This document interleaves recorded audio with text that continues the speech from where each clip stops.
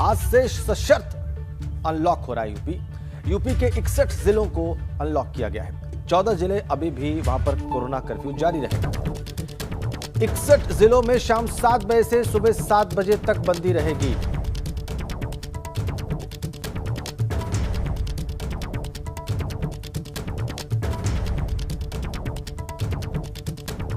क्षमा करें, अनलॉक उन जगहों पर ही किया जा रहा है जहां पर 600 से कम एक्टिव केसेस हैं।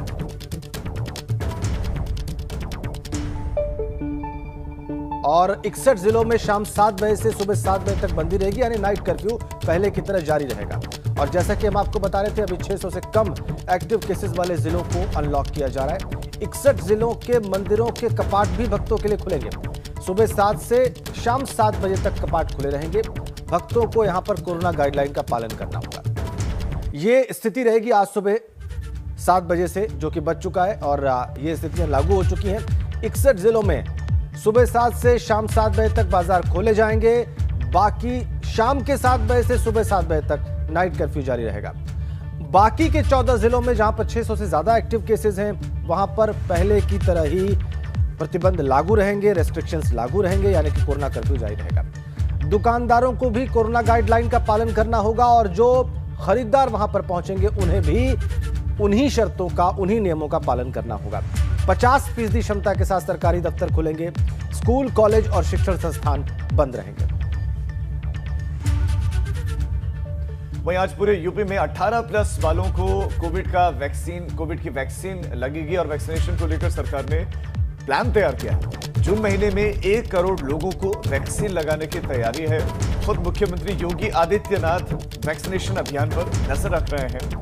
तो जून महीने में 1 करोड़ लोगों को वैक्सीन लगाने की तैयारी है। लक्ष्य रखा गया है कि 18 साल से ज्यादा की उम्र के लोगों को वैक्सीन लगेगी और टारगेट है 1 करोड़ 18+ वालों को वैक्सीन लगेगी। विशेष अभियान है, बड़ा अभियान है और खुद मुख्यमंत्री योगी आदित्यनाथ इस अभियान पर नजर रख रहे हैं। तो जून महीने में 1 करोड़ लोगों को वैक्सीन लगाने का लक्ष्य रखा गया है। कई प्रदेश अभी भी ऐसे जहां पर 18+ लोगों को, 18 साल से ज्यादा की उम्र के लोगों को वैक्सीन नहीं लग पा रहे क्योंकि वैक्सीन का अभाव है, कमी है। लेकिन उत्तर प्रदेश में वैक्सीनेशन जारी है और जून के महीने में 1 करोड़ लोगों को वैक्सीन लगाने की तैयारी है। तो कोरोना की दूसरी लहर के बाद उत्तर प्रदेश में 32 दिनों से लागू कोविड कर्फ्यू के बाद अब आज से रियायत मिल रही है। योगी सरकार आज से कोरोना कर्फ्यू में कुछ शर्तों के साथ राहत देने जा रही है। इसके तहत सुबह 7 बजे से शाम 7 बजे तक बाजार खुलने लगेंगे। हालांकि कंटेनमेंट जोन में आने वाले बाजार और दुकानें बंद रहेंगी। शर्तों के साथ रियायतें मिलेंगी। और इसके अलावा जैसा कि अभी राजीव बता रहे थे, जून में 1 करोड़ लोगों के टीकाकरण का लक्ष्य भी है और वो काम भी, वो मिशन भी, वो अभियान भी आज से ही प्रारंभ हो रहा है। 18 वर्ष से 44 वर्ष तक के लोगों का, जिसकी आबादी सबसे ज्यादा है जिस ब्रैकेट की, उसमें 1 करोड़ लोगों को टीका लगाने का लक्ष्य रखा है उत्तर प्रदेश की सरकार ने और उस अभियान का प्रारंभ भी आज से ही हो रहा है। इसके अलावा जो रियायतें हैं वो भी आज से ही मिलेंगी 61 जिलों में उत्तर प्रदेश के, सुबह 7 से शाम के 7 बजे तक। अनुभव शुक्ला हमारे सहयोगी इस वक्त हमारे साथ सीधा कनेक्ट हैं, उनके पास चलते हैं। लखनऊ, अनुभव, मुझे लगता है लखनऊ उन जिलों में शामिल है जहां पर रेस्ट्रिक्शंस सुबह 7 बजे से शाम 7 बजे तक हैं, क्योंकि कल जब हम बात कर रहे थे कि 600 से ज़्यादा एक्टिव केसेस जहां भी हैं वहां पर रेस्ट्रिक्शंस लागू रहेंगी, लेकिन बाकी के ज़िलों में रियायतें मिलेंगी। कहां से क्या रिपोर्ट्स हैं आपके पास? देखिए, बिल्कुल, चूंकि जब अभी 2 दिन पहले जब टीम 9 की बैठक हुई तो इसको रिव्यू किया गया क्योंकि कोरोना के मामले काफ़ी कम हो गए। तब ये तय हुआ कि जिन जिलों में एक्टिव केस 600 से कम होंगे वहाँ पर रिलैक्सेशन दिया जाएगा 1 तारीख से, यानी आज से उन जो ज़िले हैं वहाँ पर 7 से 7 दुकानें खुल सकेंगी। लेकिन तब 20 ऐसे ज़िले थे जहाँ पर कि 600 से ज़्यादा एक्टिव केस थे। कल जब टीम 9 की बैठक हुई तो उसमें 6 और ऐसे ज़िले थे जहाँ पर एक्टिव केस 600 से कम हो गए, तो वहाँ पर भी रिलैक्सेशन दे दिया गया। अब यूपी में केवल 14 ऐसे ज़िले हैं जहाँ पर ये रिस्ट्रिक्शन है, या वहाँ आज से कोई ढील नहीं दी गई है। जैसे आंशिक कर्फ्यू पहले था कोरोना कर्फ्यू, उसी तरीके से आंशिक कोरोना कर्फ्यू रहेगा। लखनऊ भी उन्हीं ज़िलों में से शामिल है, क्योंकि एक्टिव केस यहाँ पर अभी तकरीबन 1,500 से ज़्यादा हैं। तो ऐसे में अभी यहाँ पर रिलैक्सेशन नहीं दिया गया, पर अब यूपी के 61 जिलों में ये रिलैक्सेशन दे दिया गया है। आंशिक कोरोना कर्फ्यू में ढील दी गई जो है। नए जिले शामिल हुए हैं अनुभव, इसमें इसकी जानकारी देते हुए प्रदेश में जो वैक्सीनेशन को लेकर एक बड़ा अभियान चलने वाला है, जिसकी मॉनिटरिंग खुद मुख्यमंत्री योगी आदित्यनाथ करेंगे। 1 करोड़ वैक्सीन लगाने का लक्ष्य रखा गया है, उसके लिए क्या तैयारियां हैं, वैक्सीन की कमी कैसे पूरी होगी? हाँ देखिए, क्योंकि आज से यूपी में वैक्सीनेशन का एक मेगा ड्राइव, मेगा अभियान शुरू हो रहा है और इस पूरे महीने यानी जून में सरकार की तैयारी, लक्ष्य है कि 1 करोड़ वैक्सीन लगाई जाए। ये एक बहुत बड़ा लक्ष्य है, बहुत बड़ा चैलेंज है। क्यों? क्योंकि जनवरी से जब से वैक्सीनेशन शुरू हुआ है तब से लेकर अब तक तकरीबन 1 करोड़ 75-76 लाख के आसपास वैक्सीन लगी है और अब सरकार ने ये लक्ष्य तय किया है कि अकेले जून महीने में 1 करोड़ वैक्सीन लगाएंगे और जुलाई में ये संख्या बढ़कर 2 करोड़ हो जाएगी। यानी अगर हम इन 2 महीनों को मिला दें तो कुल 3 करोड़ वैक्सीनेशन का लक्ष्य सरकार का है। अब आप देखिए 3 करोड़ यानी 60 दिनों में 3 करोड़ लोगों को वैक्सीन लगानी है। हर एक दिन 5 लाख लोगों को वैक्सीन फिर लगानी पड़ेगी। ये बहुत बड़ा चैलेंज है, क्योंकि जब से यूपी में वैक्सीनेशन शुरू हुआ है केवल एक दिन अप्रैल के महीने में 5,05,000 वैक्सीन लगाई गई थी और वही रिकॉर्ड बना था। तो सरकार कैसे इसे मेंटेन करेगी, क्योंकि अभी वैक्सीन की कमी है। हमने कल जब बात की प्रदेश के स्वास्थ्य मंत्री से, उन्होंने कहा कि हाँ वैक्सीन हमें मिल रही, लेकिन थोड़े थोड़े पार्ट्स में भेजी जा रही, क्योंकि जो 50-50 लाख का ऑर्डर दिया था, चाहे वो कोवैक्सीन का था चाहे वो कोविशील्ड का था, उन्हीं में से ये वैक्सीन आ रही है 18+ वालों के लिए वैक्सीन लगाने के लिए। बाकी 45+ के लिए तो केंद्र सरकार भेजी रही है, पर 18 से 44 की कैटेगरी के लिए जो सरकार ने ऑर्डर दिया था उसी में से ये वैक्सीन आ रही है। और अभी जो ग्लोबल टेंडर था उसे फिर बढ़ा दिया है 11 तारीख तक के लिए।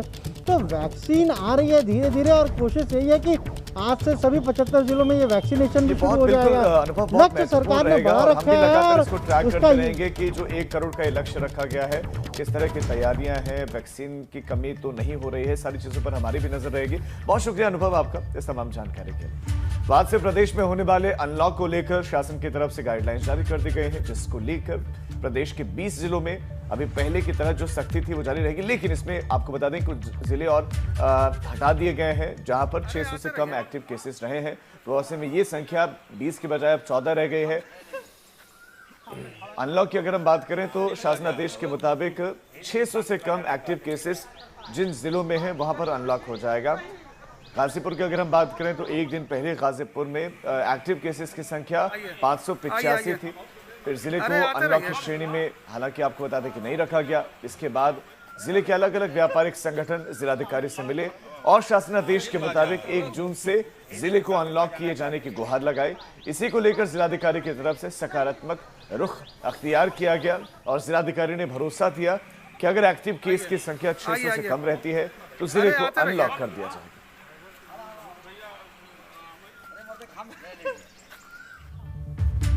और यूपी में कोरोना के आंकड़ों में लगातार कमी आ रही है। सोमवार को उत्तर प्रदेश में 1497 नए संक्रमित मरीज मिले।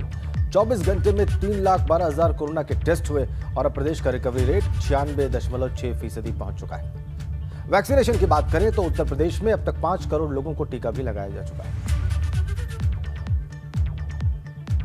ये इनकरेजिंग फिगर्स लखनऊ में 24 घंटे में सिर्फ 84 नए केस सामने आए हैं। वो जिला जहां पर एक महीना पहले तक 6,000 तक केस आ रहे थे, वहां पर सिर्फ 84 केस सामने आना निश्चित रूप से राहत की बात है। कुल एक्टिव केसेस की संख्या लखनऊ में 2280। लंबे समय बाद 24 घंटे में 100 से कम केस रिपोर्ट हुए हैं लखनऊ में।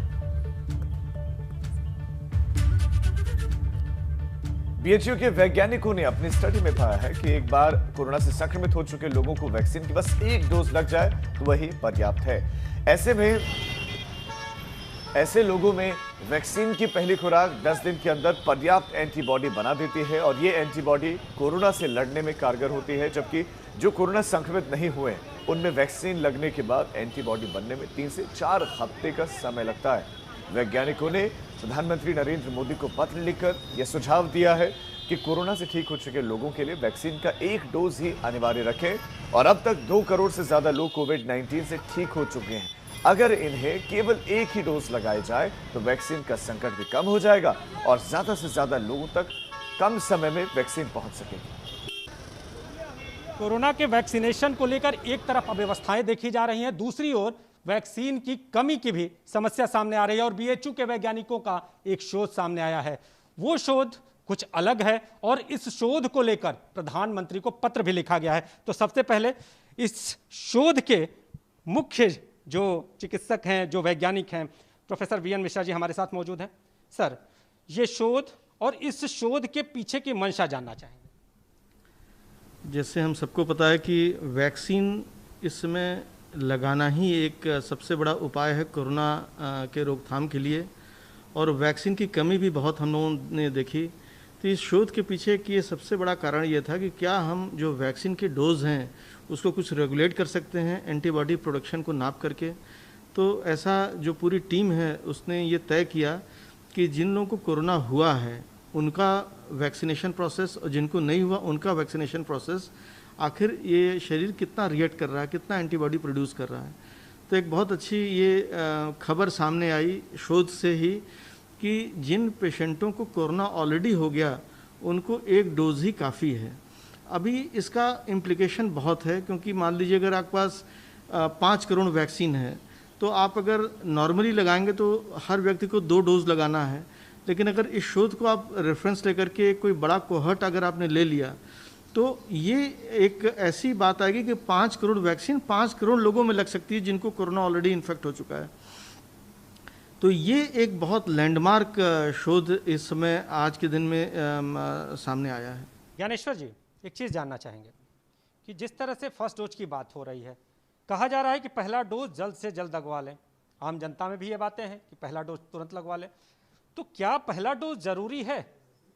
आप लोगों का शोध क्या कहता है, पहला डोज जरूरी है या कोरोना होने का इंतजार करें?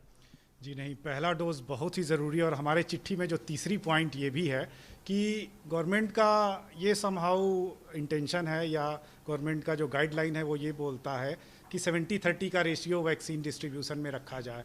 मतलब वो लोग जिनको सेकेंड डोज लगना उनको 70% वैक्सीन दे दी जाए और 30% जो वैक्सीन बची है वो पहले डोज में दी जाए।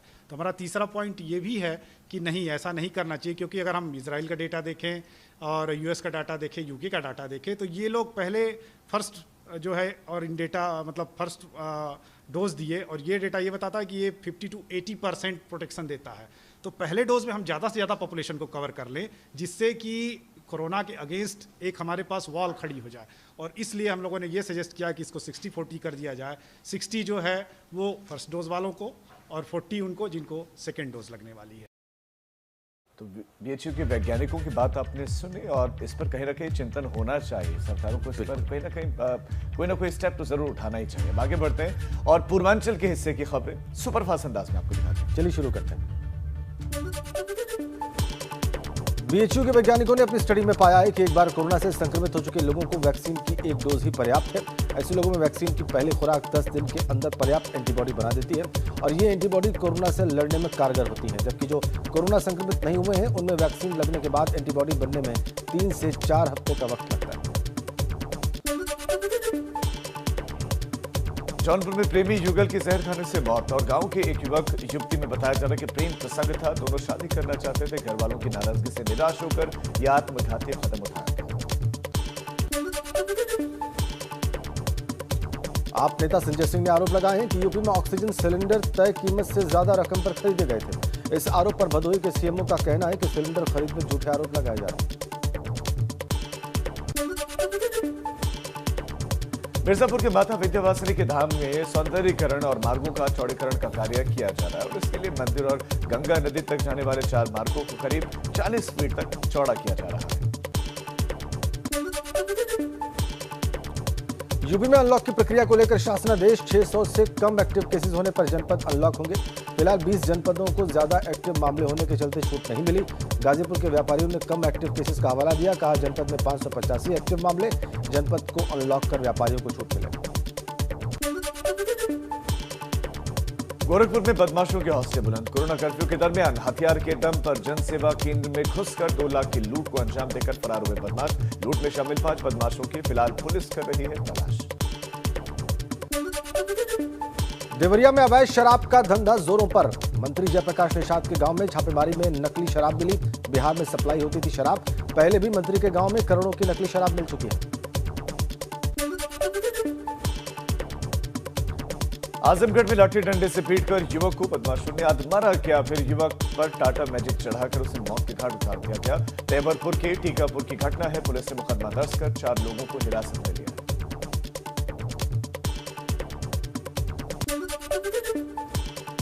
बस्ती के एक नटवर लाल ने बिना को रकम दिए सरकार की 2 शुगर मिल्स को खरीद लिया और उसके बाद मिल में घुसकर शुगर मिल का मालिक बन गया। बाकायदा कन्हैया शर्मा ने मिल में पूजा पाठ करवाया। मालिक की हैसियत से किसानों और कर्मचारियों को गिफ्ट भी बांटे।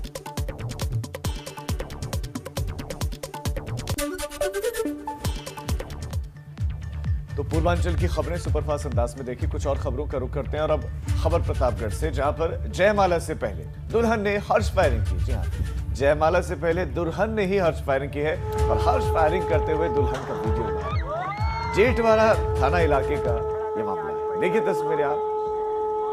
30 मई को शादी का ये वीडियो बताया जा रहा है। 30 मई को शादी हुई थी, उसी दिन का वीडियो। और आप देखिए कि अमूमन जो वहां पर बाराती होते हैं वो हर्ष फायरिंग करते हुए दिखाई देते हैं। इस तरह की वीडियोस वायरल होते हैं। लेकिन यहाँ पर तो आप देखिए कि स्टेज पर चढ़ने से पहले दुल्हन से फायरिंग करवाई गई या खुद से उन्होंने फायर किया। शंखों की ध्वनि के बीच फायरिंग की है वारदात। फायरिंग का ये वीडियो आप देख रहे हैं। दुल्हन के हाथ में ये पिस्टल है और वो गोलियां चला रही हैं।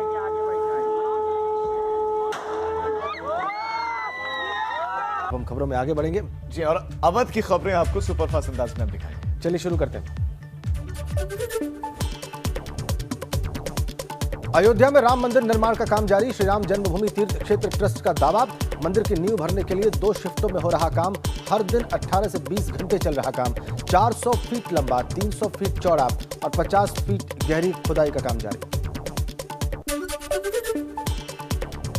लखनऊ में वसीम रिजवी के बयान का विरोध। 26 आयतें हटाने वाले बयान का विरोध। शिया उलेमाओं के एक समूह ने मौलाना खलवे जब्बाद के नेतृत्व में पुलिस कमिश्नर कार्यालय में पहुंचकर ज्ञापन सौंपा।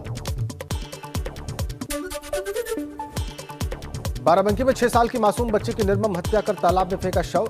दुष्कर्म के बाद हत्या की आशंका। पुलिस ने शव को कब्जे में लेकर पोस्टमार्टम के लिए भेजा। अमेठी पहुंचे मंत्री मोहसिन रजा ने कहा कि पंचायत चुनाव के दौरान हुए शिक्षकों की मौत के मामले में सरकार गंभीर है। सरकार ने मृतक आश्रितों को 30 लाख रुपए देने के साथ ही पोस्ट कोविड से होने वाली मौत पर भी मदद का ऐलान किया है। सुल्तानपुर में अवैध शराब के खिलाफ अभियान जारी। पुलिस ने भारी मात्रा में अवैध शराब बरामद की। भारी मात्रा में अवैध शराब बरामद। बड़ी मात्रा में लहन नष्ट कर कारोबार में शामिल लोगों के खिलाफ कार्रवाई।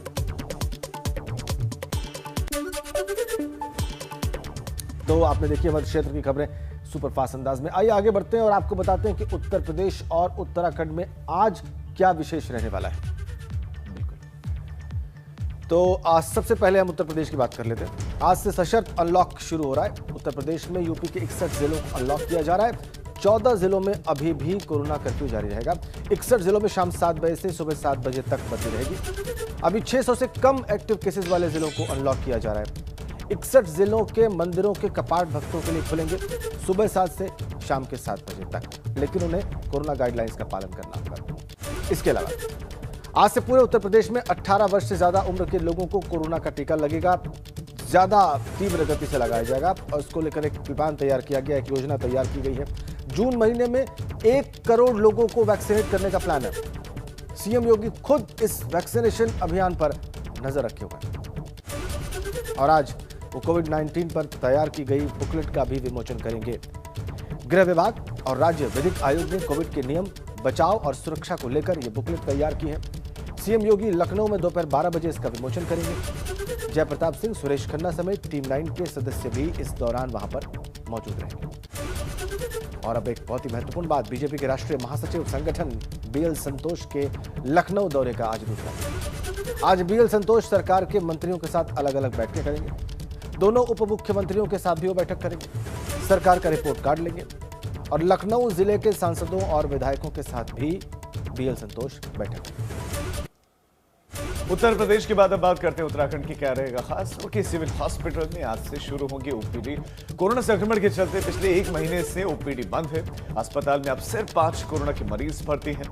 फिलहाल ऑपरेशन और सामान्य मरीज अस्पताल में भर्ती नहीं होंगे। इसके अलावा एक और महत्वपूर्ण खबर है, वो ये है कि हल्द्वानी मेडिकल कॉलेज में DRDO के द्वारा बनाए जा रहे कोविड हॉस्पिटल का शुभारंभ होगा। आज एक बहुत बड़ी राहत, बड़ी बात, रक्षा मंत्री राजनाथ सिंह वर्चुअली कार्यक्रम से जुड़ सकते हैं और शुभारंभ कर सकते हैं DRDO के द्वारा बनाए गए इस अस्पताल का।